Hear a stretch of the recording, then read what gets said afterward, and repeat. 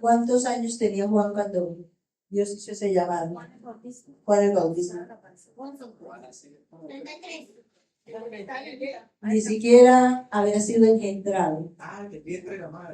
Ni siquiera había sido engendrado. Porque le habla al papá diciéndole esa oración que por tantos años has hecho por ese hijo y que cree que porque ya está anciano no lo van a tener, pues llegó el momento, pero para esta tarea. Les voy a dar ese hijo para este propósito. Y Dios le muestra a Zacarías, al papá, que fue lo que estudiamos hace 8 días, el panorama que encontraría Juan cuando viniera a cumplirse esa promesa. Y cómo explicaba allí lo que el ángel le dijo a Zacarías, porque en la primera parte nos muestra que el ángel le habla a Zacarías y le da una explicación de todo el proceso, pero algo que le pasó a Zacarías es que quedó mudo. Entonces, durante todo el embarazo, él no pudo decir nada. Hasta que llevan a Juan, cuando ya nace, lo llevan a presentarlo a la iglesia y allí es donde empieza a hablar. Y entonces Zacarías nos cuenta mucho más de lo que la palabra, de lo que el ángel le dijo a él, de lo que sería para la vida de Zacarías. Y le muestra, para Juan, para el hijo que estaban en ese momento presentando en la iglesia. Entonces estamos mirando todo lo que dice Zacarías con respecto a lo que Dios le había enseñado, lo que le iba a suceder a Juan o cómo iba a ser el proceso. Y vamos a buscar Mateo capítulo 3, versículo 1.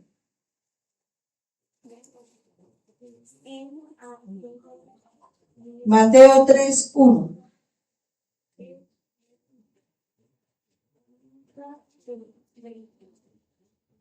¿Qué dice Mateo 3, 1? A ver, te encontramos aquí primero.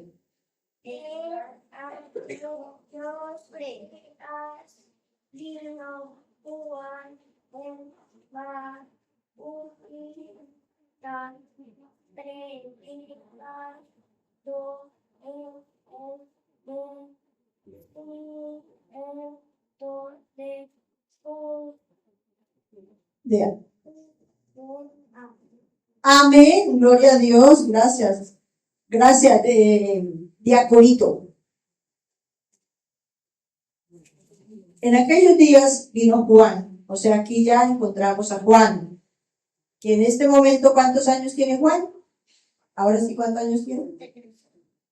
En aquellos días vino Juan el Bautista predicando en el desierto, o sea, aquí ya empezó a ejercer el ministerio que le habían asignado antes de nacer. ¿Cuántos años tenía más o menos aquí Juan el Bautista? Como 30 años, porque él es de la misma, estoy contemporáneo con Jesús y se llevaban 6 meses de diferencia. Y el ministerio lo empezaban a los 30 años, que era el momento de ser mayor de edad, no como ahora que son 18 años, cuando eso era a los 30 años. Por eso Jesús también empieza el ministerio a los 30 años. O sea que Juan aquí ya tenía 30 años también. Entonces, miremos lo que dice Mateo 3, del 2 a 3. Aquí está diciendo que ya, o sea, quien va a hablar aquí ya es Juan. Y va a decir él qué fue lo que recibió de Dios, de lo que le corresponde hacer. Yo lo voy a leer. Desde el versículo 1 lo voy a leer. Dice: en aquellos días vino Juan el Bautista predicando en el desierto de Judea. Y en Mateo 3, del 2 al 3, que es el que sigue, dice: diciendo, arrepentidos, porque el reino de los cielos se ha acercado. Pues este es aquel, refiriéndose a mí, este es aquel de quien habló el profeta Isaías cuando dijo: voz que clama en el desierto, preparad el camino del Señor, enderezad sus sendas. Aquí encontramos a Juan teniendo claro que el llamado era de Dios. y que Dios se lo había dado al profeta Isaías, que ¿cuántos años antes de Juan vivió Isaías? 700 años. Porque Isaías es quien anuncia a Jesús y él vivió 700 años antes de Cristo. O sea, que Isaías no vio el actuar de Juan. Y la otra cosa es que Juan sí la tiene clara, que no fue el papá el que le dijo, porque el papá había proclamado, pero que les tiene claro que quien lo llamó es Dios y que la promesa está en Isaías. Entonces dice, aquí estoy, yo soy esa persona. Que el profeta Isaías dijo que iba a hacer esta tarea. Y de las primeras tareas, mirábamos en la semana pasada, es arrepentirnos. O sea, de lo que él venía a predicar, a enseñar, era que la primera cosa era arrepentirnos. ¿De qué? Del pecado. ¿Cuál creen ustedes que es el peor pecado que puede un ser humano cometer? Ese es uno. Ignorar a Dios. Ese no tiene el perdón de Dios. Pero el pecado en el ser humano empieza en ignorar a Dios. Porque mientras yo ignore a Dios, me siento, entre comillas, en libertad de hacer mi vida como me parezca. Si ignoro a Dios, pues no busco a Dios. Si no busco a Dios, no lo conozco y no sé cuál es su voluntad. Esa es de la primera cosa que nosotros debemos arrepentirnos. Y es de la cual debemos dirigir a la gente que se arrepienta. Arrepiéntase de ignorar a Dios. ¿Qué tan felices nos hacen las personas que amamos que nos ignoren? Qué felicidad, mi hijo ahora ya ni me llama, ya ni me busca, ni me mira, ya llega a la casa y ni me saluda. ¡Qué felicidad! ¿Cuánto duele? Esa es una marca que tienen muchos padres, dolorosamente. Entonces, esta es una de las primeras cosas que empieza diciendo Juan, que es lo que él va, a lo que Dios lo mandó, a que lleve ese mensaje de que se arrepienta, empezando por cada uno de nosotros, ¿cierto? Pues este llamado es el que Dios nos está haciendo a nosotros para este año como congregación, para todos los que hoy estamos aquí, para todos los que son de esta congregación que hoy no pudieron venir, no están acá, pero los que aún no han llegado, porque no sabemos cuántas personas vaya añadiendo el Señor en el proceso. Pero nosotros estamos encargados de esta tarea, de trabajar para que la gente entienda el horror que es ignorar a Dios, de no prestarle atención a lo que Él ha establecido.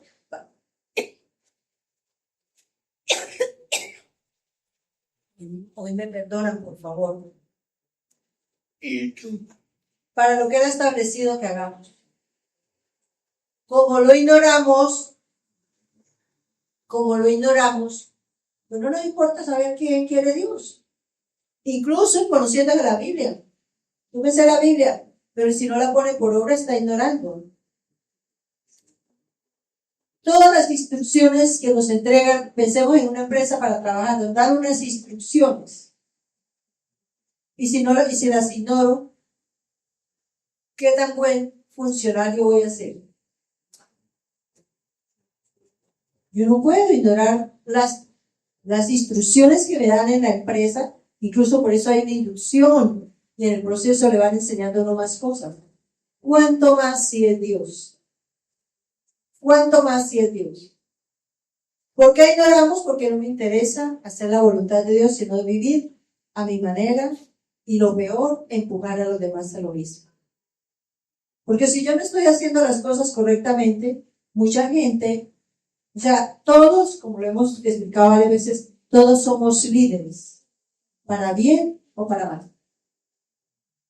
Siempre, aunque no nos demos cuenta, tenemos seguidores, incluso sin buscarlos. Por eso no entiendo la gente que vive en las redes sociales buscando que le den like, gente que ni le interesa, que lo ignora verdaderamente. Entonces siempre todos incluyendo los niños, vemos al diaconito Daniel haciendo una labor. Una es atento a leer la palabra, casi siempre pide, ¿cierto? Eso es un ejemplo para los demás niños y los adultos. Imagínense, aquel adulto que dice, ay, yo no me pego, ay, no, qué pereza. Pero él está listo. Y es un niño. Y yo me imagino que aquí todos, los que estamos y los que vienen, saben quién es ese niño. ¿O no? Cuando se va a recibir el diezmo, ¿qué hace? Corre y reparte los sobres. Imagínense quién le asignó esa tarea. Nació del Espíritu Santo que lo puso. Entonces, todos somos seguidores, todos tenemos seguidores que nos van a imitar. Pero Dios nos pone en la tarea de que nos imiten en hacer la voluntad de Dios y de las primeras cosas arrepentirnos. Porque el reino de los cielos se ha acercado. Nosotros ya vivimos en el reino de los cielos desde que Cristo llegó a la tierra. Él trajo el reino de los cielos, trajo los cambios que había que hacer, las nuevas reglas que el Señor tenía. Pues este es aquel, entonces habla él, que le dijeron que tenía que preparar el camino del Señor. Eso es la tarea que nosotros tenemos hoy. Como Cristo viene pronto, que no sabemos cuándo sea, pero lo que sí sabemos es que va a venir. Nosotros estamos llamados para hacer esa tarea. Preparar el camino. Nosotros tenemos que prepararnos, yo, y preparar a todas las personas que no tengan oportunidad y se den la oportunidad de buscar a Dios, porque a veces la gente cree que la oportunidad es para quien predica. No, la oportunidad es para la persona que va a encontrarse con Dios. Entonces, para todo el que se quiera dar la oportunidad, es necesario que nosotros hagamos la tarea, preparemos el camino para que cuando Cristo venga, estemos listos, ¿cierto? Pero enderezando el camino. Ahora miremos lo que dice Lucas, capítulo 3, versículos del 2 al 6.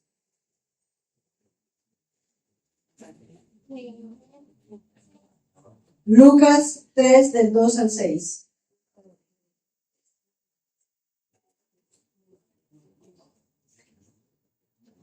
Lucas 3, del 2 al 6.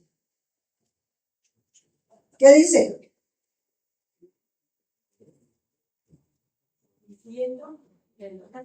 Sí, señora. Al 6. Y estos sumos sacerdotes, Anás y Caifás, vino palabra de Dios a Juan, hijo de Zacarías, en el desierto. Y él fue por toda la región contigua al estar predicando el bautismo de arrepentimiento para perdón de pecados. Como está escrito en el libro de la palabra, de las palabras del profeta Isaías, que dice: voz de que clama en el desierto, preparad el camino del Señor, enderezad sus sendas, todo valle se rellenará y se bajará todo monte y collado, los caminos torcidos serán enderezados y los caminos ásperos allanados, y verás toda carne la salvación de Dios. Amén. Amén. Aquí ya está en el libro de Lucas mostrando lo que hizo Juan. Y algo de lo que nos agrega aquí es que dice que vino palabra de Dios a Juan. O sea que Dios le ratificó la promesa que le había dicho el papá, se la ratificó a Juan. O sea que Juan también recibió la promesa y la encomienda que le estaba haciendo. Y si miramos, se ajusta a lo que ya Dios le había dicho a Zacarías, que era el papá de Juan, ¿cierto? O sea, era confirmado que eso era así. Pero nos añade, el versículo 3 dice, y él fue por toda la región contigua al Jordán. Entonces sabemos que Juan en dónde estaba predicando, ¿en qué lugar?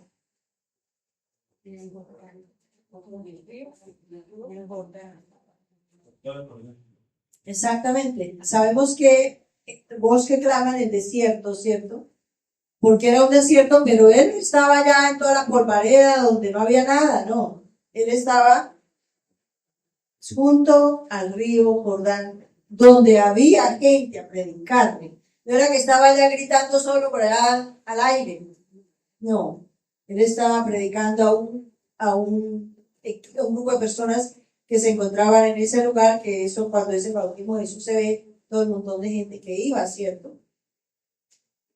Predicando el bautismo del arrepentimiento para perdón de pecados. ¿Por qué el bautismo de arrepentimiento? Porque se supone que cuando nos bautizamos es porque ya tengo conciencia de que soy un pecador. Mientras yo no reconozca que soy pecador, nunca me voy a arrepentir. Porque de qué me arrepiento y soy santo, ¿cierto?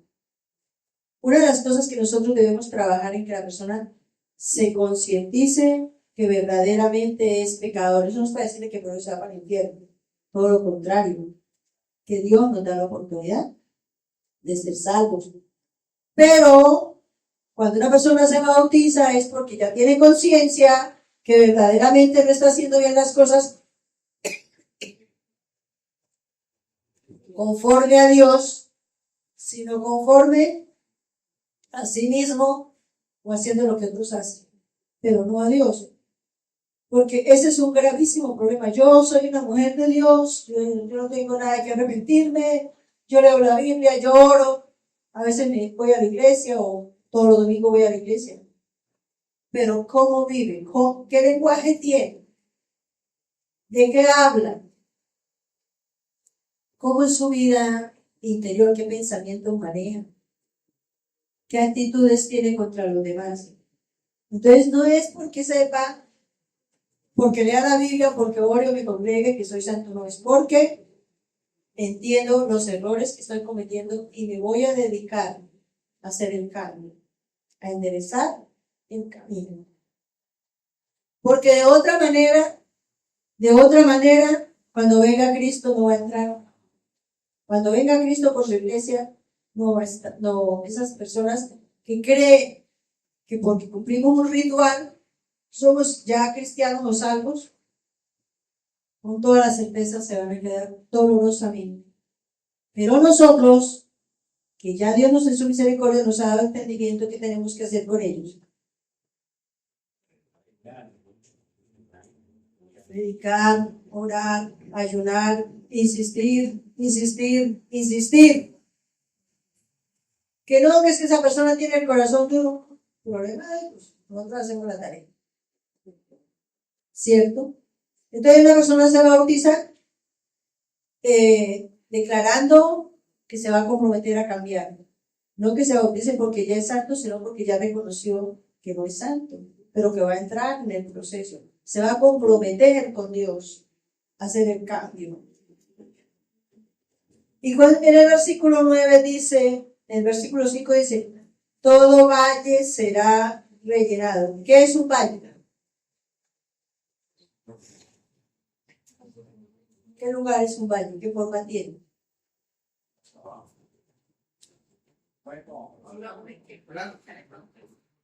Exacto. Una montaña, puede ser una montaña acá, y la parte plana es el valle. Pero se dice que será rellenado es porque ¿qué? Porque caerá de exacto, dice que todo valle será rellenado es porque debe ser plano y no está uniforme. Así es nuestra vida. Nosotros podemos estar bien en unas cosas, pero en otras no. Y lo malo del asunto es ser consciente y no cambiar.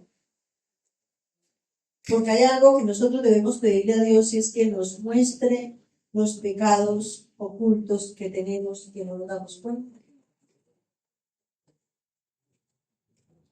Por ejemplo, tenemos resentimiento.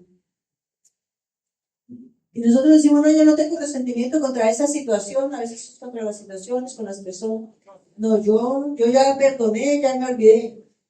Pero hay de que le toque hacer algo por esa persona. Entonces no está totalmente sano.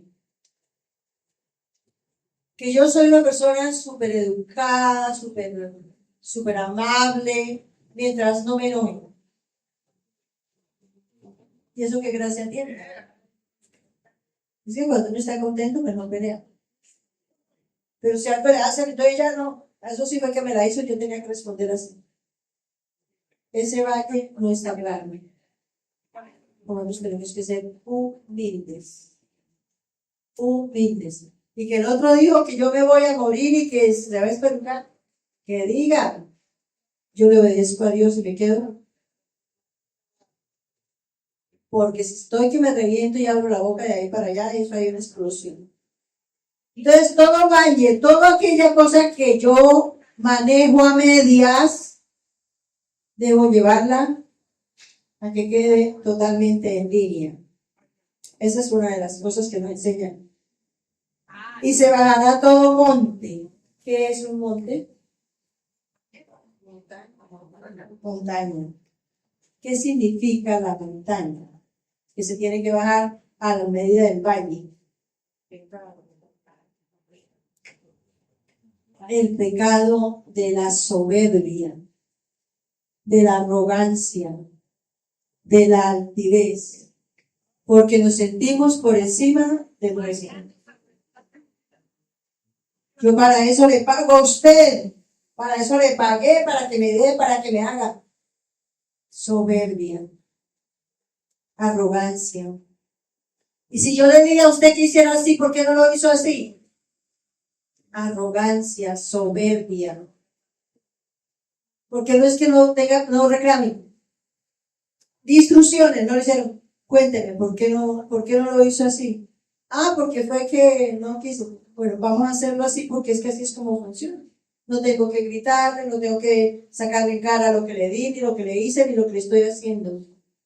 Ese monte es uno de los más difíciles de bajar.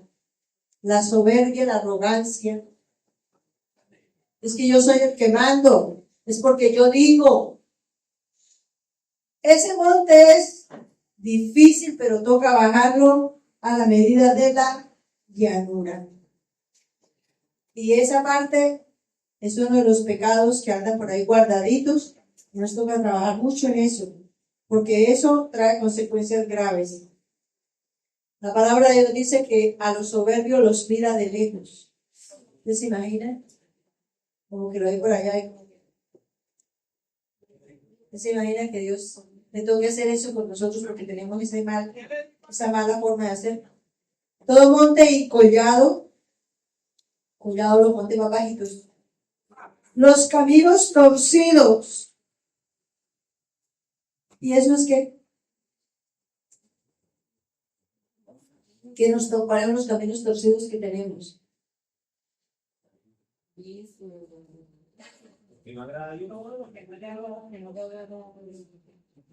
Lo que quiero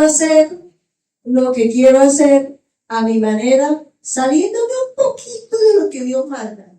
El atajo. No, esto no se puede hacer así, pero de todas maneras me tocó decir esta mentirita. ¿De verdad? Para que después le complique la vida a los demás. Es que si yo le decía la verdad, entonces no hacía, no daba, no tenía lo que sea. Las 50,000 excusas que el diablo le da para decir mentiras. Y después emproblemar a la persona y emproblemando a otros. Y lo común es eso haga tal cosa para que lo resuelva así. Eso usted lo puede resolver así. Y puede ser que lo resuelva, pero y después la consecuencia. Entonces, todos esos caminos torcidos, esas formas de nosotros hacer no a la línea de Dios, esos caminos tenemos que enderezarlos. Porque mire lo que dice el libro de Oseas, el gobierno de la Biblia. Oseas 14:9. Está en el Antiguo Testamento, está entre los profetas menores.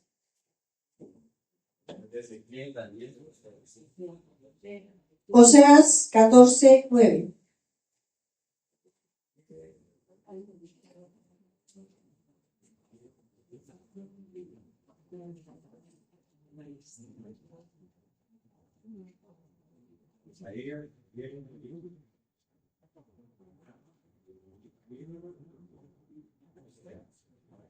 Oseas, ¿ya? Oseas, ¿quién lo quiere leer? 14:9. A ver, hermano, eso, que se escuche. ¿Quién es sabio para que entienda esto? Y prudente para que lo sepa. Porque los caminos de Jehová son rectos, los justos andarán por ellos, mas los rebeldes caerán en ellos. Amén. ¿Cómo son los caminos de Dios? Y entonces aquí nos está diciendo la palabra que estamos estudiando es que los caminos torcidos, ¿qué le pasa? Hay que enderezarlos. Porque el camino de Dios es recto. ¿Cómo hacemos nosotros para llegar a esa medida? Disponiendo mi corazón para hacer la voluntad de Dios. Y no me muevo ni un milímetro. Mire, cuando nos proponemos, de verdad eso necesita disposición, determinación. Eso fue lo que el Señor me llevó a entender hace muchos años. Determinación. Que digan de mí que soy religiosa o lo que sea, como quieran, pero no me voy a mover a lo que no es de Dios. Si no es de Dios, que mire, que me haga el favor de darme una referencia, diga que yo trabajé con usted tantos años. Lo siento, yo no voy a poner mentiras. Que es que si no me voy a morir, en el nombre de Jesús no se muere, porque Dios tendrá la solución correcta. Pero nosotros tenemos que tener determinación, entendiendo que los caminos de Dios son derechos. Y entonces nosotros empezamos a pensar, bueno, ¿y cómo hago para dejar esto si yo hago así? ¿Y cómo hago para solucionar aquello si yo hago así? Haciéndolo como Dios manda. Y que eso de pronto trae un sacudón en el momento, sí, pero después entra uno al camino de la paz, de la tranquilidad. Eso que yo tengo, que Dios me dio, no lo cambio por absolutamente nada. Y digan lo que digan, y si no me vuelven a hablar, no importa. Igual yo sigo orando por la persona. Porque algo de lo que nadie le puede impedir a uno, no, a mí no me vuelve a hablar, está bien, pero yo sí oro por usted. ¿Quién me impide eso? Esa es una tarea que nosotros hacemos por la familia, ¿cierto? Oramos, clamamos, ayunamos todo. Puede hacer que Dios tenga misericordia, Dios siempre la tiene, pero ojalá un día la persona tome conciencia y venga a los pies de Cristo y qué rico poder entrar a la eternidad con esa persona. Pero si no, pues hicimos la tarea. Entonces los caminos torcidos serán enderezados. La única manera en que nosotros podamos enderezar el camino es de la mano de Dios.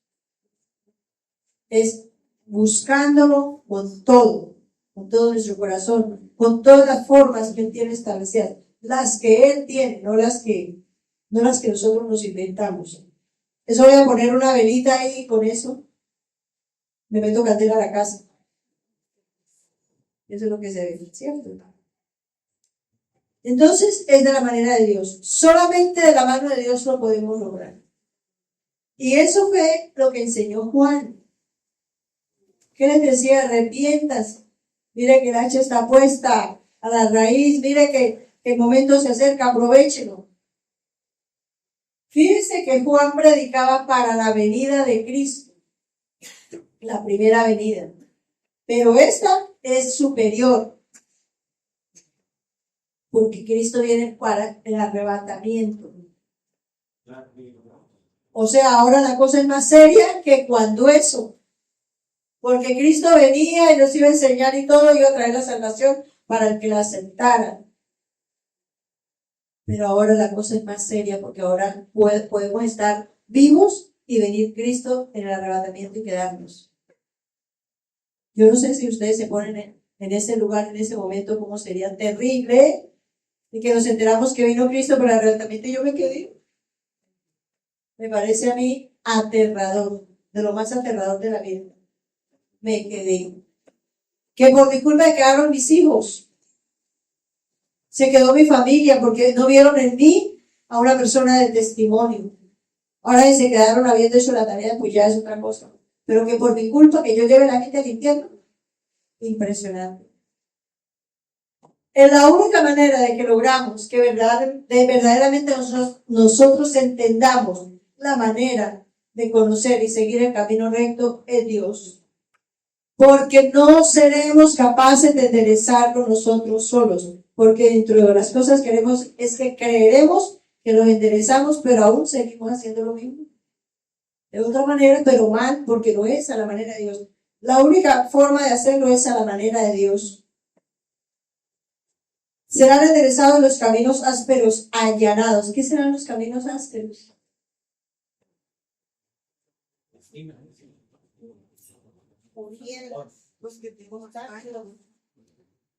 Exactamente. Esos caminos que no entran, mejor dicho. Por ejemplo, con un carro no puede entrar, con una cicla no puede entrar, porque eso es ásperos, difíciles, las trochas. Y nosotros parecemos trochas. ¿Y cómo llevamos a la gente por una trocha? Para seguir a ese, mejor no hago nada.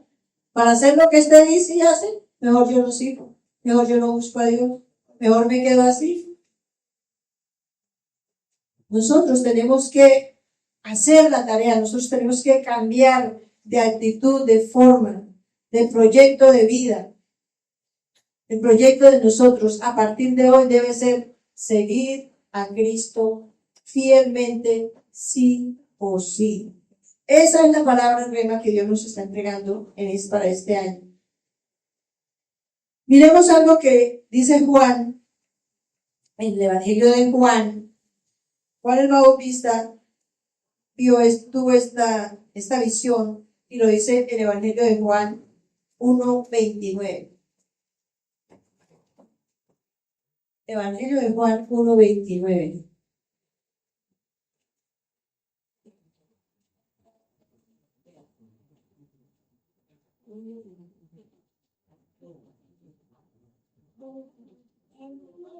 Ya la voz alta, por favor.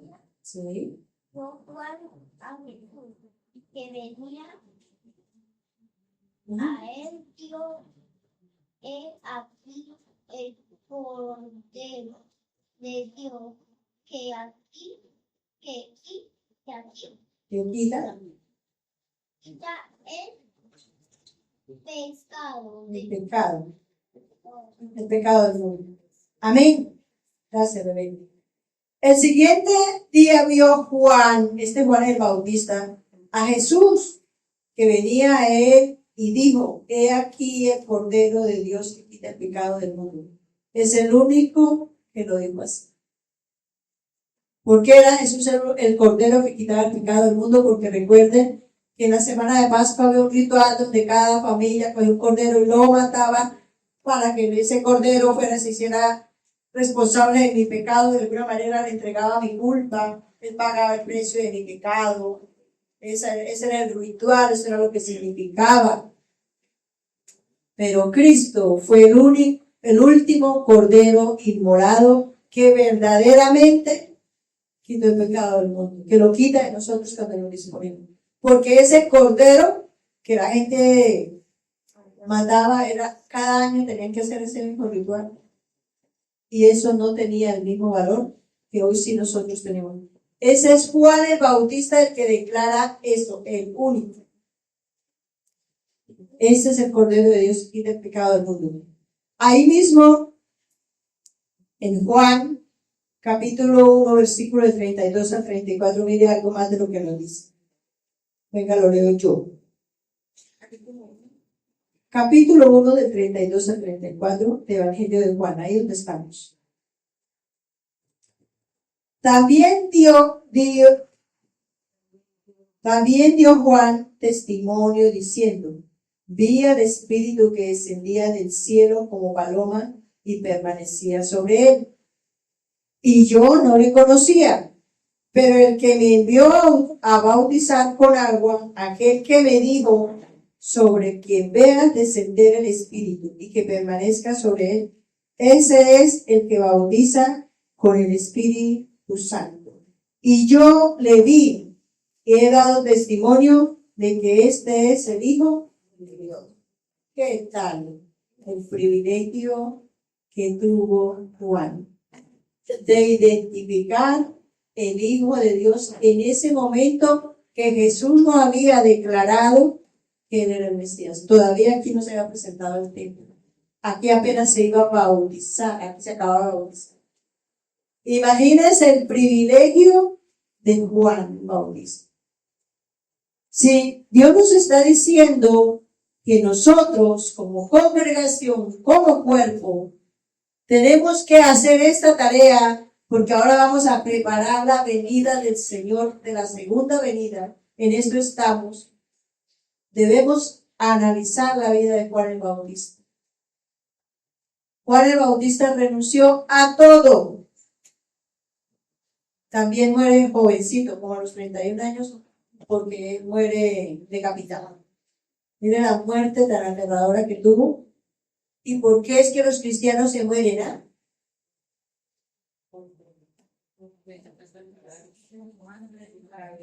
Porque es que estamos en este mundo todos vamos a morir, de alguna manera y en algún momento. Pero Juan hizo la tarea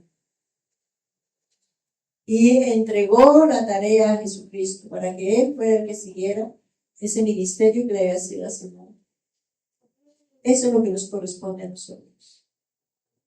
Ayudar a que muchísima gente, no sabemos cuánta, pero todo el que nos encontremos en el camino, es una persona que nosotros debemos predicarle, hablarle de Dios, no poniéndole el dedo, señalándolo, acusándolo, no, sino hablándole del amor de Cristo, pero hablándole de que hay que renunciar al pecado, que hay que enderezar las sendas. ¿Estamos listos para eso? ¿De verdad estamos listos a emprender ese camino? ¿A imitar a Juan el Bautista? Porque a veces decimos, bueno, es que Jesús es Dios. Es difícil. Pero Juan el Bautista no era Dios. Y él hizo la tarea. Tarea encomendada desde antes de nacer. Desde antes de que nosotros naciéramos tenemos una tarea encomendada ya. ¿Cuál es la tarea? Conocer a Dios, amar a Dios y servirle a Dios. El hecho de que usted haya venido hoy a congregarse ya está dando testimonio de que usted está buscando a Dios. De los que pasan, vean, ya están hablando de Dios. Hay unos poquitos, pero no importa. Pero a veces dicen, no, yo no voy a la iglesia porque va tan poquita gente. Pues si viene a un club, en el club sí toca que haya bastante gente, en el restaurante también. El restaurante que está lleno dice que es buena comida. Pero la iglesia no. Porque Dios dice que Él se manifiesta en manadas pequeñas. No importa. Nosotros venimos a buscar a Dios. Vamos a prepararnos. Ahora, el plan de Dios es que esta congregación se llene y ojalá haya que hacer por lo menos 5 servicios al día. Y para eso se necesita un equipo de personas, porque imagínense con la vocecita que yo tengo predicando 5 o por nada en el día. Bueno, pues Dios hará así. Pero debemos levantarnos como un cuerpo a prepararnos para que en este año hagamos la tarea que nos corresponde a todos, incluyendo los niños. Todos estamos llamados. Que es que yo no me he bautizado, no importa. Que es que no importa cómo esté. Dios va a enderezar esos caminos, va a allanar esa llanura y va a bajar esos montes. Pero nos toca la mano de Dios. Entonces vamos a trabajar en este año en esa dirección, teniendo en cuenta la palabra real. Amén.